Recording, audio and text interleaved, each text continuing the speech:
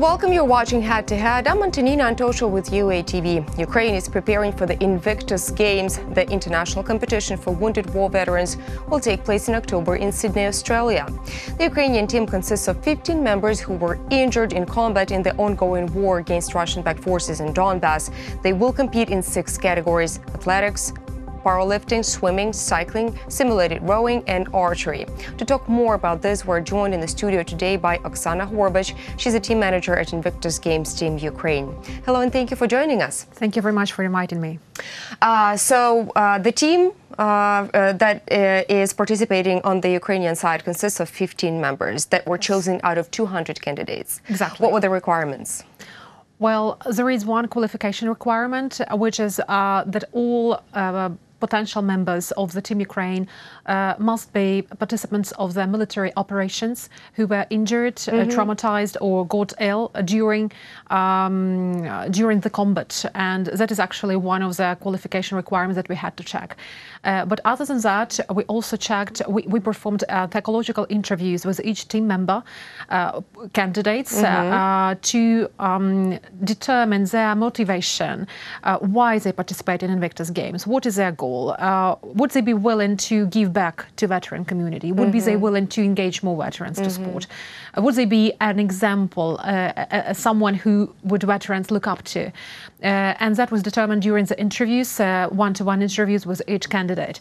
And this is actually basic requirements, that we are looking for people who would be true examples for the veterans, who they would be able to look up to and say, hey, I'm not that bad injured, I can do it, I can at least try. So here we go. Here we have 15 members. Yeah, I've heard that the training before the actual Invictus Games is really harsh. Like, you have 3 stages, and the athletes are training 6 days a week, 2 times a day. Well, some of them are. Well, we're not elite sport event. We're not professional sport event. And if you look at the team that was selected, we do not have professional sportsmen, but they really tried very hard to get into the team. So they really train very hard. But they are not professional sportsmen. But if you want to get into the Team Ukraine, you really need to be, engaged into the sport activities for quite a long time.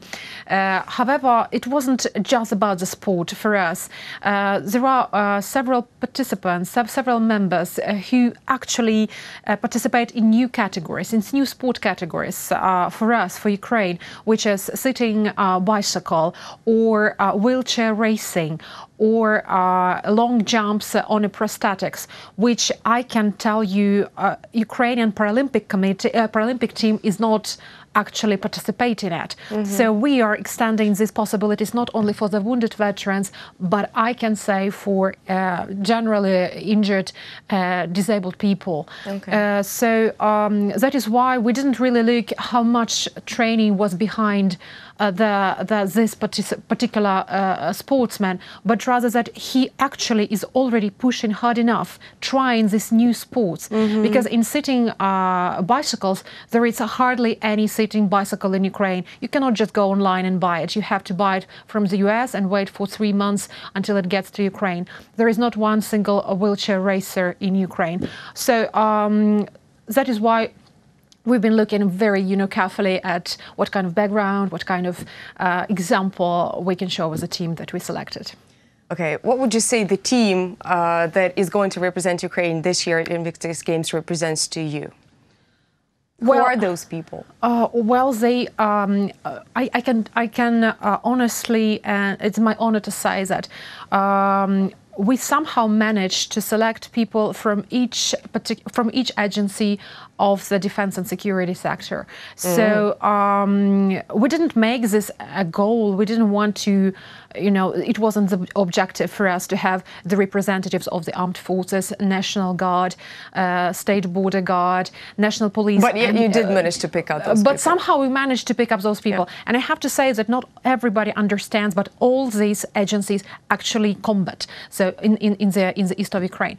So and I'm very happy because it's an inclusive project, inclusive sport event.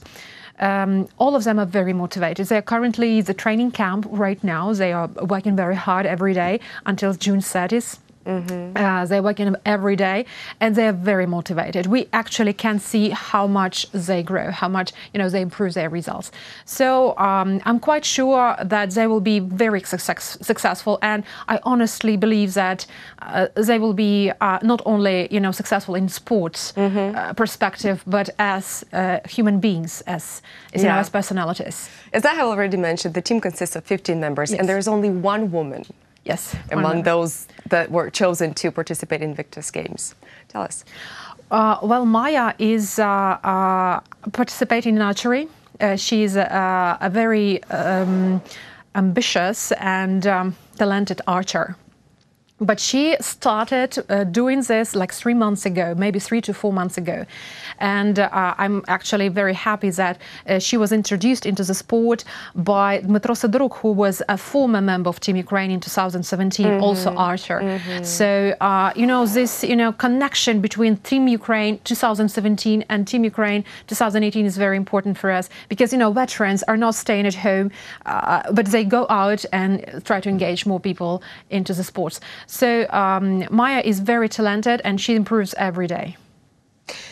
As you have just mentioned that Maya, the only woman, was introduced by a former member of Team Ukraine for Invictus Games. So this is the second year Ukraine is participating in Invictus Games. Yes. Has anything changed?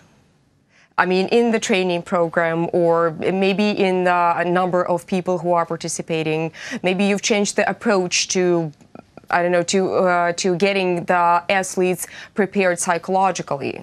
Very much so. The first year was quite rough and interesting in a way because we had to manage so many issues we haven't dealt with before. So everything was new. We had to, go through this process for the first time. And we definitely learned the lessons from the previous year, and we are trying to make it more comfortable for the team to train and, go through the entire stress of participating in an international sports event. Unfortunately, the quota for sportsmen for Team Ukraine haven't changed. So 15 previous year, 15 this year, the same. However, we changed the training process for the Team Ukraine.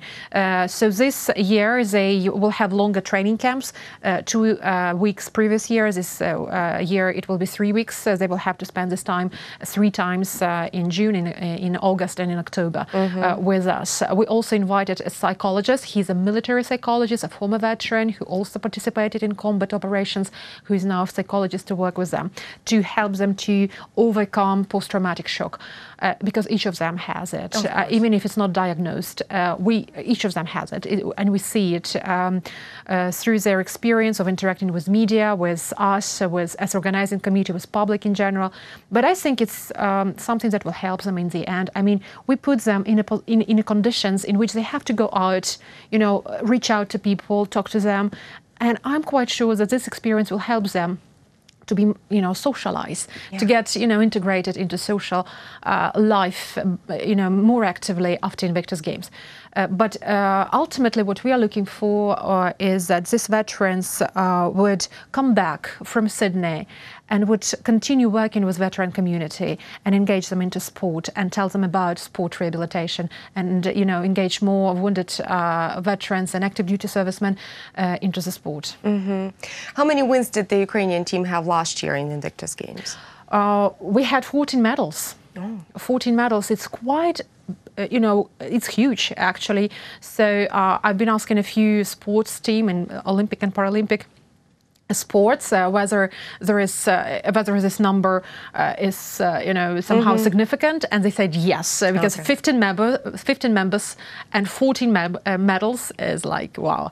So yeah, we are very much looking forward to this event in Sydney, and I must say the team is quite sure that they will be able to beat up that result from the previous year, and they will. I'm quite sure they are very talented. Well, hopefully, we're all hoping that they will beat the result, and the number of medals that our Team Ukraine is going to be bringing from this year's Invictus Games is going to be more than the last year.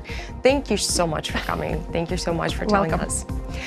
That was Oksana Horbach. She is the team manager at Invictus Games Team Ukraine. Thank you so much for watching. Stay tuned with UATV.